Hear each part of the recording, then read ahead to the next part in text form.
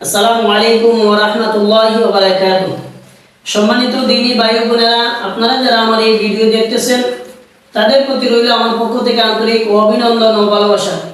সম্মানিত দিনী ভাই ও বোনেরা, আমরা আজকে যে ভিডিও নিয়ে হাজির হয়েছি আপনাদের সামনে, সেই ভিডিওর বিষয়বস্তু হচ্ছে আপনারা যারা অসুস্থতায় ভুগতেছেন এবং যারা নিজেরাই নিজের রুকিয়া করতে চাচ্ছেন, তারা রুকিয়ার আয়াতগুলো কোন কোন আয়াত দিয়ে রুকিয়া করবেন, কিভাবে রুকিয়া করবেন, এই রুকিয়ার যে সাধারণ আয়াতগুলো রয়েছে সেই আয়াতগুলোর কথা আমরা এখন আলোচনা করব।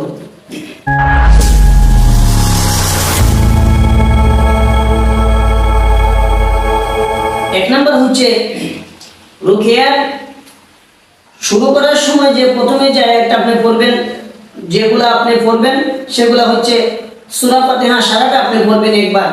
সূরা ফাতিহা সারাটা আয়াত